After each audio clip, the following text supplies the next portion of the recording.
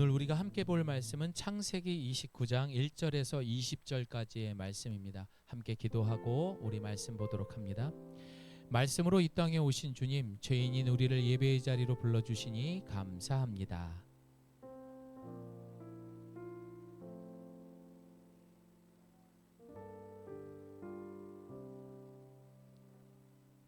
예수님의 이름으로 기도드립니다. 아멘. 한 절 한 절 우리 교독하고 마지막 20절 합독합니다. 야곱이 길을 떠나 동방 사람의 땅에 이르러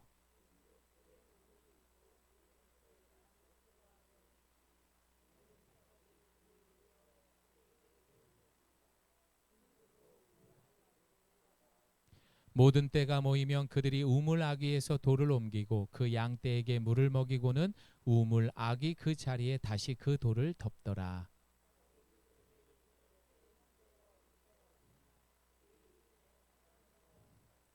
야곱이 그들에게 이르되 너희가 나홀의 손자 라반을 아느냐? 그들이 이르되 아노라.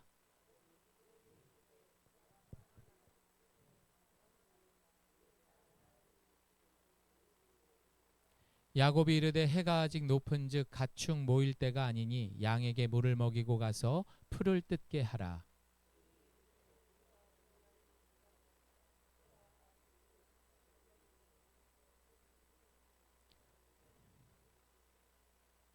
야곱이 그들과 말하는 동안에 라헬이 그의 아버지의 양과 함께 오니 그가 그의 양들을 치고 있었기 때문이더라.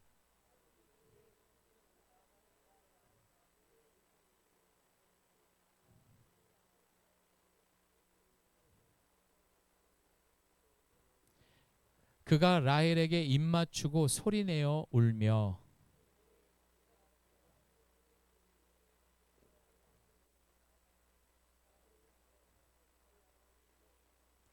라반이 그의 생질 야곱의 소식을 듣고 달려와서 그를 영접하여 안고 입맞추며 자기 집으로 인도하여 드리니 야곱이 자기의 모든 일을 라반에게 말하매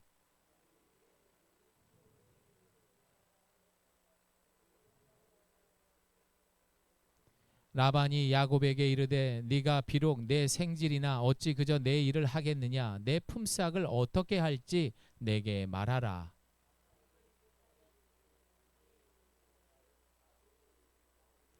레아는 시력이 약하고 라헬은 곱고 아리따우니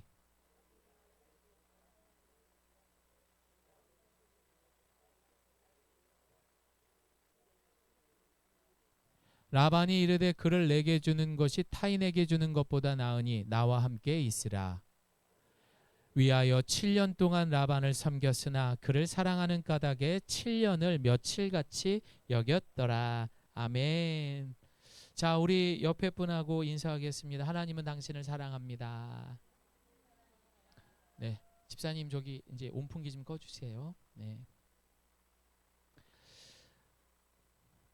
얼마 전에 장모님을 모시고 지난주에 병원을 다녀왔습니다. 예, 눈 수술 때문에 이제 갔는 건데 이제 뭐 회복을 하시고 하는 그런 시간까지 2시간 정도를 1층 로비에 앉아 있었습니다.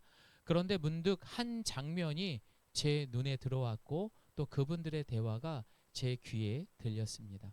바로 이런 장면이었습니다. 아버지와 아들의 모습이었고 이런 모습을 가만히 보면서 또 사진을 하나 찾아봤습니다. 어린 시절에는 부모가 자녀의 손을 붙들고 모든 길을 부모를 따라 인도를 받습니다. 그러나 시간이 흐르면 그 손을 놓아야 하고 어느 순간부터는 자녀가 부모의 손을 붙들어야 할 때가 온다라는 것입니다.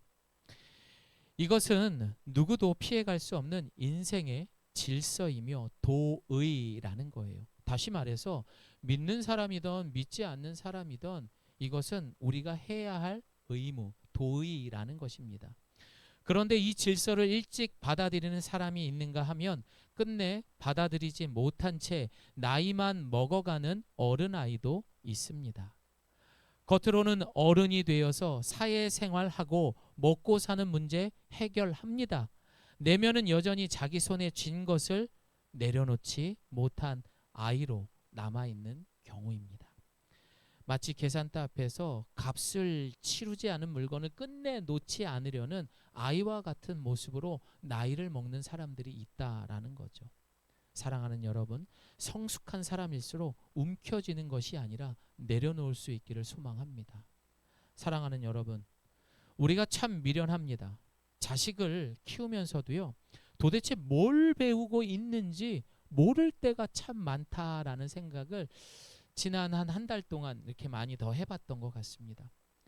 최근에 아이가 고열로 밤새 앓고 응급실을 뛰어가며 속이 타들어갈 때 비로소 그제서야 한마디가 나오더라고요. 야, 나도 이렇게 컸겠구나. 그런데 이 당연한 것을 저는 깨닫지 못했죠. 그저 자식만 붙들고 있었다면 이 사람은 여러분 굉장히 위험한 것입니다.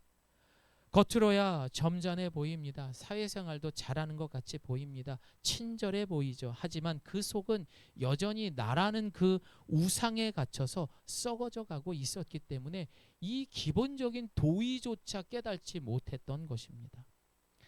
내가 내 인생의 주인 노릇하느라 부모의 희생도 하나님의 은혜도 들어설 자리가 없었던 거예요.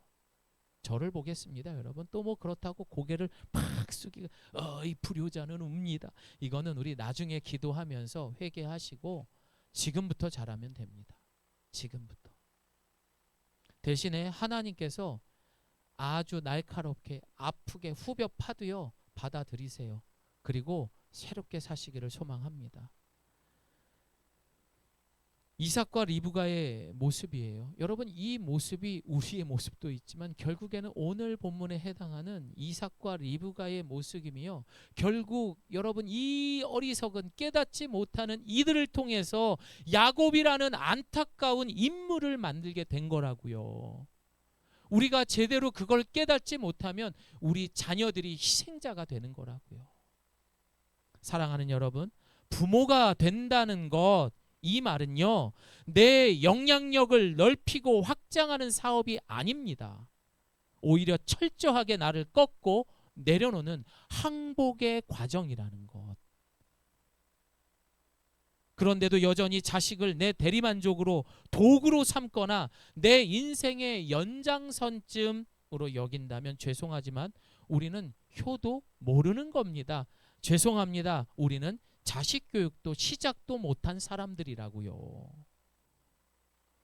자식은 나의 또 다른 내가 아닙니다. 하나님께서 철없는 우리의 자기 중심성을 깨트리고자 보내신 우리의 거룩한 훈련 교관이 누구예요? 우리의 자식들이라고요. 이걸 보면서 깨우쳐라. 네 중심성을 버려라. 그렇게 보내신 교관이 우리의 자녀라고요.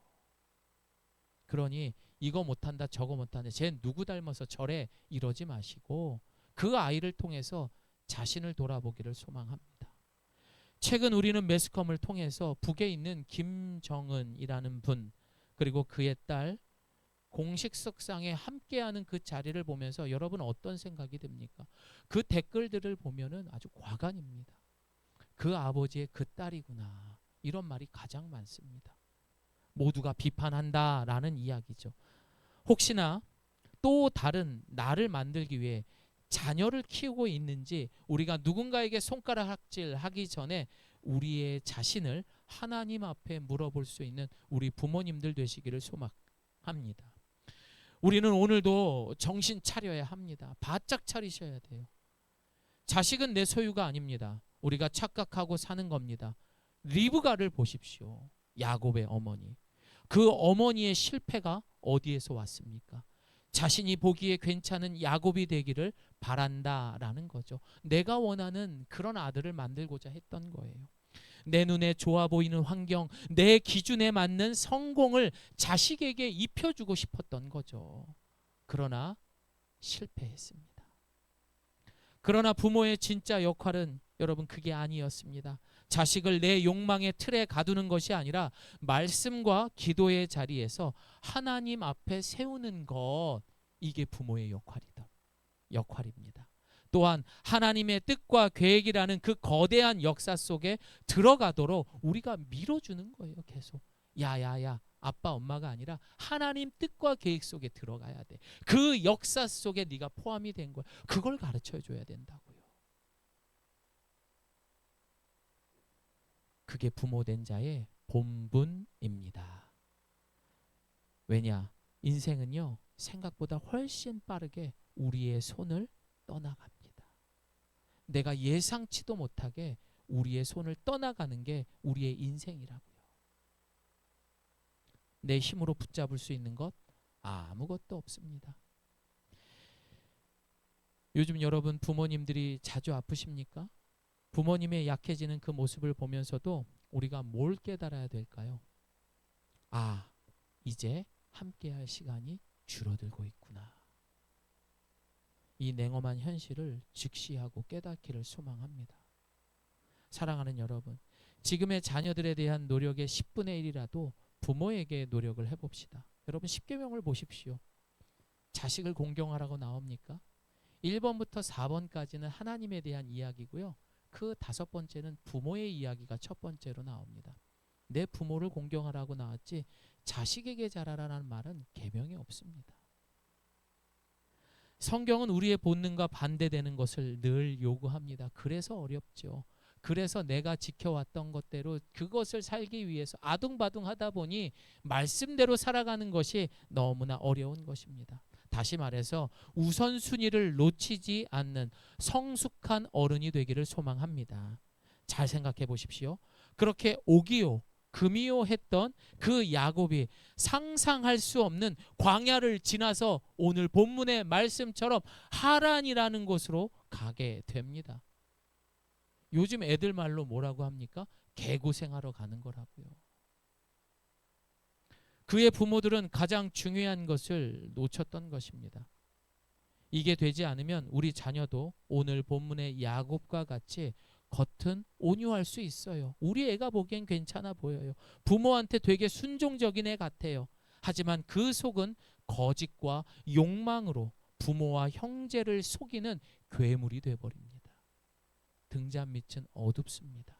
지금에 보여지는 것이 아니라 그의 내면을 바라보고 하나님 앞으로 데려다 줄 수 있는 축복의 통로들이 될 수 있는 우리 부모님 되시기를 소망합니다. 야곱은 하나님의 언약 안에서 자랐습니다. 부족함이 없는 가정, 신앙의 전통, 장자의 축복까지 손에 넣은 인물이었다고요.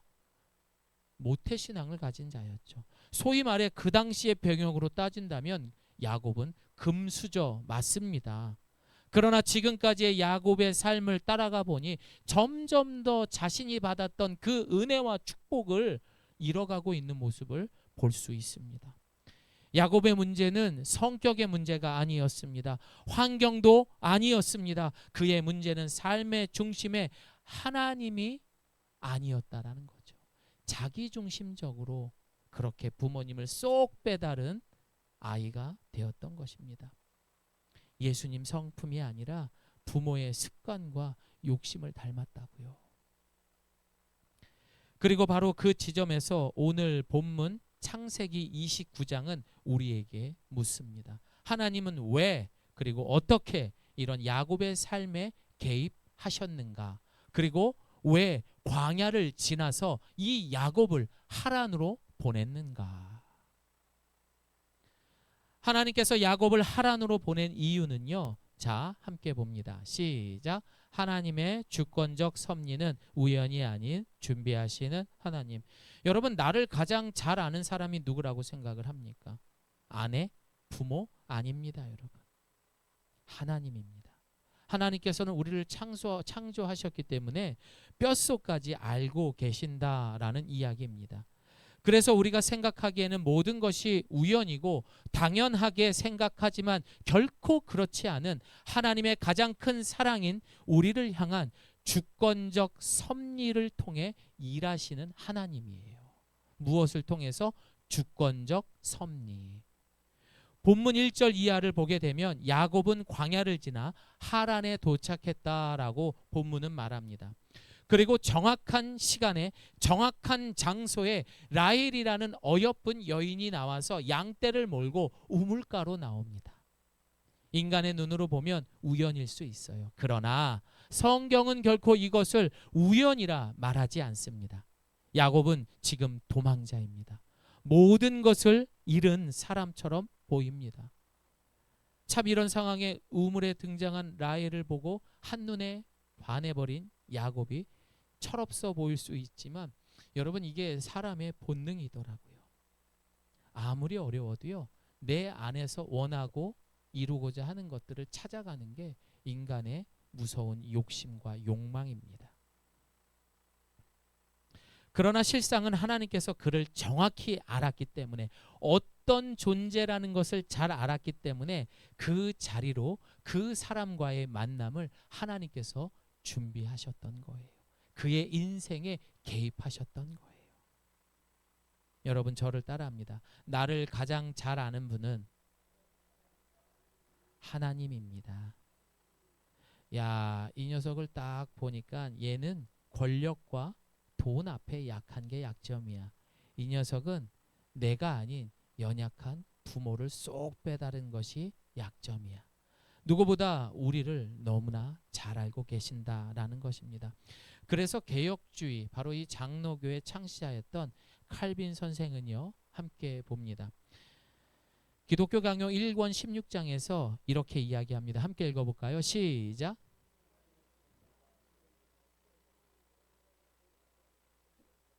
하나님의 계획, 즉 섭리 속에 인도된다라고 강조하고 있습니다. 그럼 이 내용을 좀 더 구체적으로 신학적 교리로 설명하자면, 교리서 이제 웨스트민스터 소유리 문답 11문에 보면은요, 하나님의 섭리에 대해서 말하고 있습니다. 함께 볼까요? 하나님의 섭리, 시작.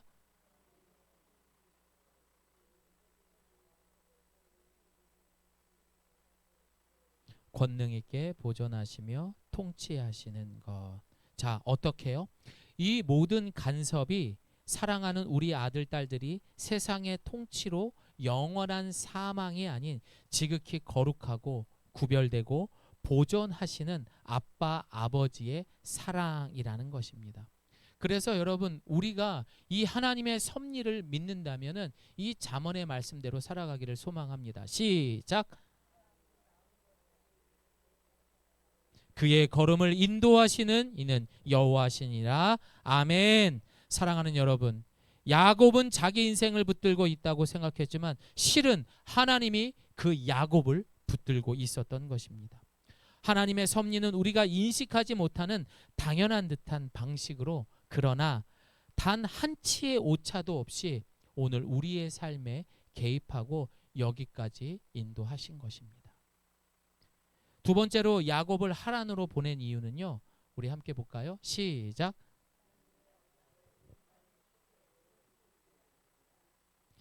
야곱은 베델에서 하나님으로부터, 그러니까 광야에서 하나님을 만났던 곳, 그곳을 베델이라고 말했잖아요. 그때 하나님께서 야곱에게 약속하신 게 있어요. 우리 함께 읽어봅니다. 시작. 내가 너와 함께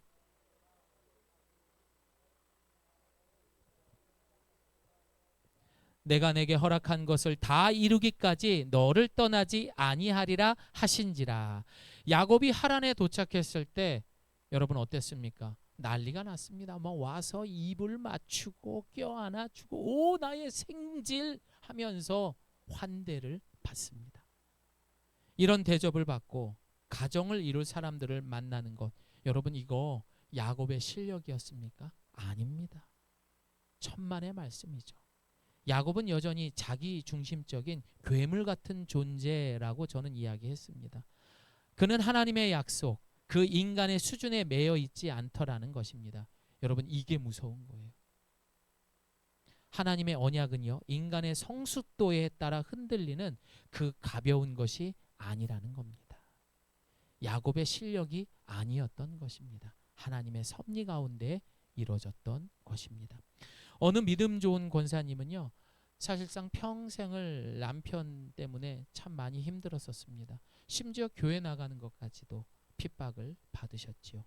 그런데 그 모진 세월을 신앙 하나로 버텼던 것입니다. 무슨 일이 있어도 그 예배의 자리는 지켰던 거예요. 그러면 세상 말로 여러분 그렇게 신앙 지켰잖아요. 그럼 보상 받아야죠. 하나님 내가 이렇게 신앙 지켰으면 주님 나한테 뭐라도 해줘야죠. 그게 맞는 거 아닙니까? 그런데 나이가 60이 넘고 70이 넘고 그렇게 몸은 여기저기 아프고 환경은 딱히 변한 게 없었더라 이렇게 말씀하시더라고요. 그런데 말입니다. 그 권사님 입에서는 항상 이런 고백이 나옵니다. 감사합니다. 그리고 그분의 삶에 빼놓을 수 없는 게 바로 나눔이었다라는 겁니다. 그 감사가 열매를 맺고 그렇게 주변 사람들에게 나누며 사는 삶을 사셨다라는 겁니다. 자기는 이 모든 것이 고생만 한 줄을 알았다라고 생각했습니다. 그 모진 세월을 견뎌낸 신앙의 흔적과 유산은 그대로 누구에게 물려갔습니까? 손주들에게 들어가게 됩니다. 하나님을 사랑하는 손주들이 되고요. 어른을 공경하는 손주들이 된 거예요. 그리고 매일같이 그 어린아이들이 말씀과 기도의 삶으로 살아갔더라고요. 누구를 닮아서? 예수님을 닮은 할머니를 보면서 그 할머니와 함께 그런 신앙의 유산을 물려받은 것이죠. 여러분 이게요. 하나님의 일하는 방식이에요. 내가 뭘 못해줘서 나는 못난 할아버지야. 내가 뭐래도 좀 해줘야 되는데 이것 때문에 속상해서 못난 할머니라고 말하는 거. 여러분 이거 갖고 우리가 속상하면 안 돼요. 내가 더 기도하지 못하고 내 무릎 앞에 앉혀놓고 성경 더 못 읽어준 거, 기도 못 해준 거 이걸 회개해야 된다고요. 하나님은요. 아브라함과 이삭에게 하신 약속을 잊지 않으시고 그 형편없는 야곱을 통해서라도 언약을 이어가셨습니다. 여러분 이게 은혜라는 거예요. 우리 할아버지 할머니들 그 고단한 인생 속에서 끝까지 지켜낸 신앙의 경주가 결코 헛되지 않고 우리 자녀들에게 그대로 임하기를 소망합니다. 그럼 은혜가 뭡니까? 내가 하나님을 붙들기 전에 하나님이 나라는 존재를 포기하지 않고 먼저 찾아와 멱살을 잡는 거예요. 말을 얼마나 안 들었으면 내 이 목에 멱살을 잡았을까요? 그리고 끌고 가시는 거예요. 여러분 이 사랑은 그냥 사랑이 아닙니다. 지독한 사랑입니다. 우리가 그 지독한 사랑 앞에 무엇을 말할 수 있을까요? 당신이 바로 그 지독한 사랑의 증거라는 것을 여러분 꼭 깨달으기를 소망합니다. 세 번째로 하나님이 야곱을 하란으로 보낸 까닭은요. 하나님은 택한 자를 고난을 통해 성화시킨다라는 것입니다. 뭐라고요? 시작. 여기서 신학적 표현으로 성화라는 것은 무엇입니까? 이걸 아주 쉽게 이야기하면 우리가 예수님을 믿고 난 후에 매일매일 조금씩 누구를 닮아가는 거예요? 예수님을 닮아가는 거. 이걸 성화라고 말합니다. 그래서 교리서 웨스트민스터 53문 그러니까 문답 35번에는요. 이렇게 써 있습니다. 성화는 시작. 성화는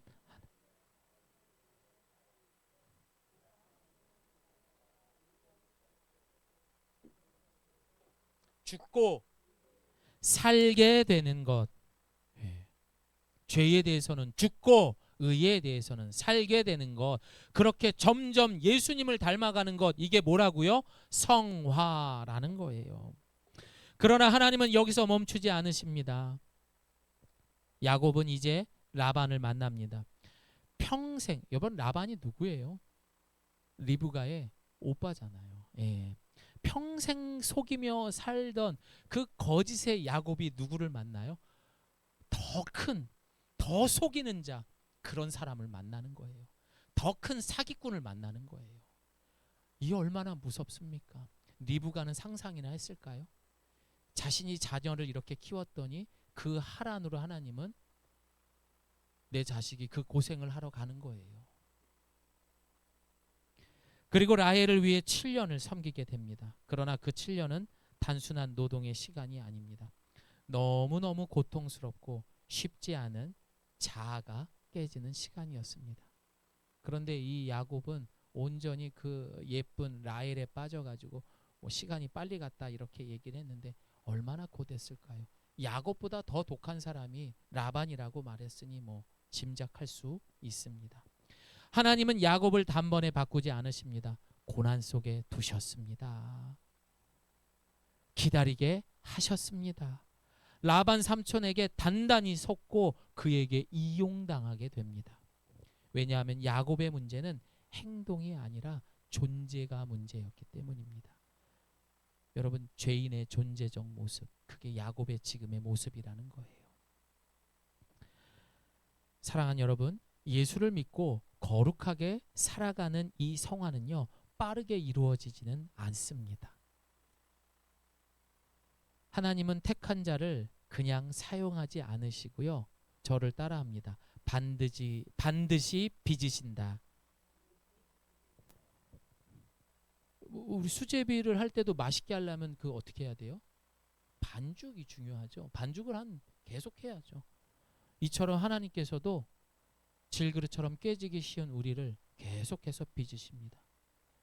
그런데 그 과정 속에 때로는 물질, 때로는 건강으로, 때로는 자식을 통해서 그렇게 우리를 아프게 고통 속에서, 고난 속에서 꺾으실 것입니다. 왜입니까? 야곱을 야곱답게 하는 것이 목적이 아니었습니다. 야곱의 이름의 뜻이 뭡니까? 속이는 자였어요. 하나님의 목적은 야곱이 되는 게 아니라 야곱이 누구래요? 이스라엘. 이스라엘의 뜻은 무엇입니까? 하나님이 다스리는 자. 야곱이 이스라엘로 빚어내시는 것. 이것이 바로 하나님의 자존심이었던 거예요. 나의 형상을 닮은 내 새끼가 반듯하게 서기를 바라는 것. 이게 하나님의 자존심이니까 우리의 멱살을 잡고 끌고 가시는 거라고요. 그 지독한 사랑을 우리에게 보여줄 수밖에 없었던 겁니다.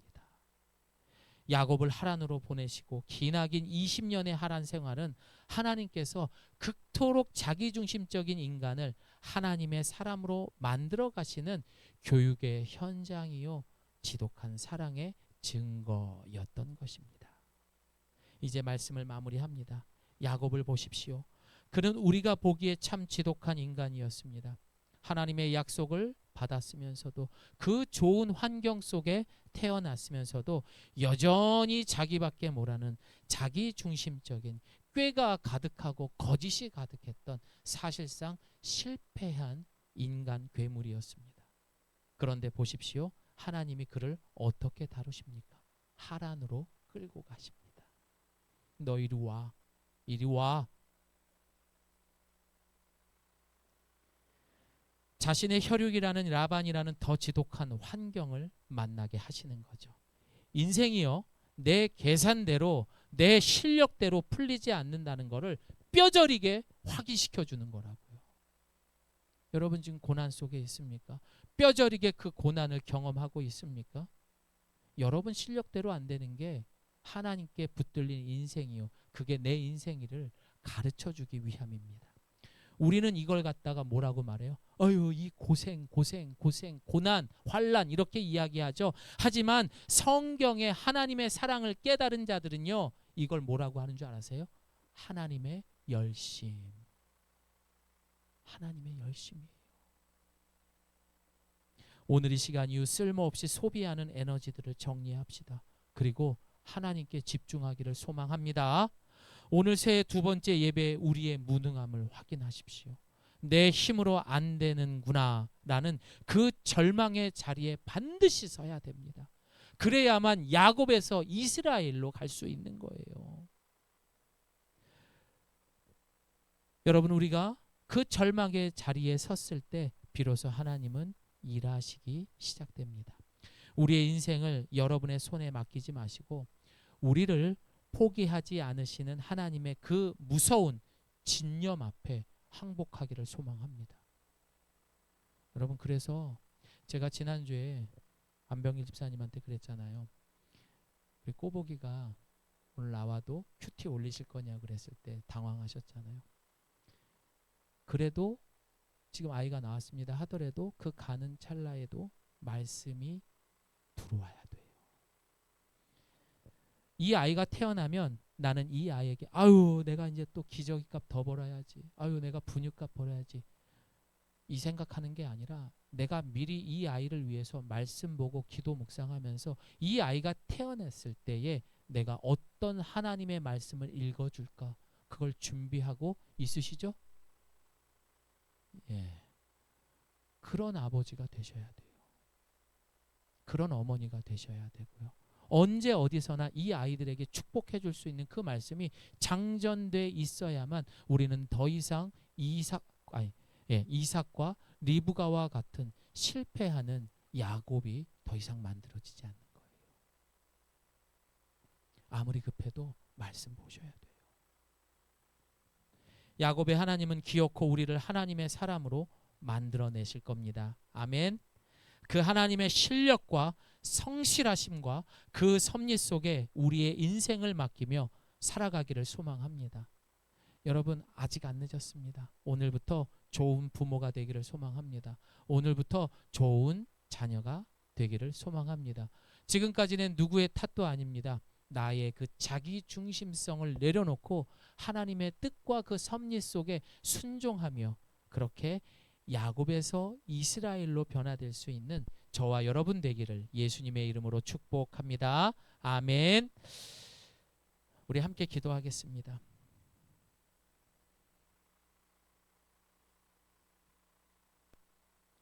매 순간들이 아둥바둥 살았던 것 같습니다.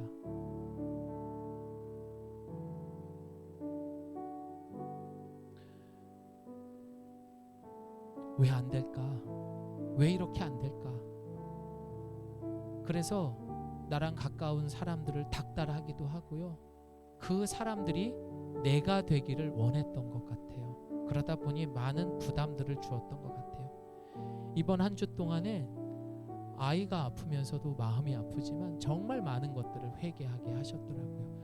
하나님은 그래서 실수를 안 하세요. 여러분, 우리가 지금 겪고 있는 고난은요, 왜 아이가 기어가다가 누워있다가 아프고 나면 어떻습니까? 뒤집기 하잖아요. 그러다 또 아프면 어떻게 합니까? 얘네들이 기어다니기 시작해요. 또 아프면 어떻게 해요? 서서 두 발로 걸어가더라고요. 또 아프고 나니까 뛰어다니더라고요. 지금 고난당하고 있습니까? 하나님은 반듯한 하나님의 자녀로 우리를 이끌어주기 위해서 우리의 지금 이 멱살을 잡고 있는 거예요. 가기 싫어, 하기 싫어하는 그런 우리를 억지로 끌고 가는 거라고요. 근데 그 어려운 순간에서도 여러분 어때요? 인정이 되잖아요. 그러면서도 여러분 하나님 찾고 있잖아요. 요한복음 말씀에 보면 이런 말씀이 있습니다. 목자는요, 그 양을 알고 양은 목자를 안 돼요. 서로 알기 때문에 그 고난 속에서도 내 멱살을 잡고 가는 그 나를 위해 죽으실 수 있는 그 목자를 알아보는 거예요. 아멘입니까? 이 시간 함께 기도할 때 하나님, 내가 고난 속에 있습니다. 야곱과 같은 인생을 이제 정리하고 이스라엘로 살아가는 내가 되게 해달라고. 그 하나님의 섭리를 믿는 믿음 가운데 이 어렵고 힘든 세상 속에 반드시 승리하는 이스라엘이 되게 해주세요. 우리 함께 기도하겠습니다. 하나님 아버지, 그렇습니다. 아주 오래전 야곱만이 하란으로 간 것이 아니었습니다. 우리도 어쩌면 지금 하란으로 가고 그곳에서 괜찮은 것 같지만 앞으로 우리에게 기다릴 더 극심한 고난과 환난이 우리를 기다리고 있습니다. 오늘 이 시간 주님 앞에 간절히 바라고 원하는 것은 우리도 똑같은 그 야곱과 같은 삶에서 반드시 이스라엘로 거듭나기를 원하시는 아빠, 아버지의 그 마음, 하나님의 그 열심을 통하여서 우리의 온 마음과 정성을 다해 이제는 쓸데없는 모든 에너지들을 한데 모아서 주님의 섭리와 그 뜻 가운데 나의 삶을 올인할 수 있는 그런 우리 예가교회 성도들 되게 하여 주시옵소서. 지금의 환난이 연속하여서 연단의 시간에 이르기까지 너무나 고통받고 힘들어하는 그 육신과 그 영혼이 지쳐있는 많은 사람들이 있습니다. 아버지 하나님, 이 시간 성령 하나님께서 그들의 마음을 위로하여 주시고 주께 더 가까이 갈 수 있는 그 은혜가 날마다 넘치게 하여 주시옵소서. 아버지 하나님, 이 시간 간절히 바라고 원하는 것은 건강으로 인하여서 몸이 상한 이들이 많이 있습니다. 불쌍히 여겨주시고 이들의 삶 가운데 오늘 들었던 이 말씀을 통하여서 더 좋은 부모가 되게 하시고 더 좋은 자녀가 되게 하시고 더불어 우리가 그 모든 것이 합력하여 하나님 앞에 영광이요 또한 선한 삶을 살아갈 수 있도록 함께하여 주시옵소서. 우리 두 번째로 기도하겠습니다. 여러분의 가정을 위해서 기도하기를 바랍니다. 여러분, 우리의 가정은 우연으로 만들어진 것이 아니라 철저한 하나님의 뜻과 계획 속에 만들어진 줄을 믿으시기를 바랍니다. 내가 사랑하고 소중하지만 무엇보다 그 사람들의 가장 단점들을 많이 볼 수 있는 곳이라고요. 그런데 그 모습은 단점과 우리가 싸울 일이 아니라 그 모습을 통해서 우리의 자기중심성인 그런 악한 우리의 모습을 그대로 거울로 들여다보라 해가지고 우리에게 만들어주신 교관입니다. 부모의 모습을 보면서 원망했습니까? 자녀들의 모습을 보면서 실망했습니까? 그게 내 모습이라고요. 오늘 이 시간이 우리 가정이 예수님 안에서 서로 더 사랑하게 하시고, 여러분, 그리고 어떤 일이 있어도 예배의 자리 지킬 수 있는 내가 되게 해달라고 기도하셔야 돼요. 우리 가정이 되게 해달라고 해야 돼요. 할 수 있습니다. 열어주십니다. 아까 예화 들었잖아요. 그 어려운 상황, 상상할 수 없는 상황에서도 눈물 흘리며 예배의 자리를 지켰더니 그게 누구한테 다 가요? 내 손주들한테 가더라고요. 이게 하나님이 일하는 방식이라고 그랬잖아요.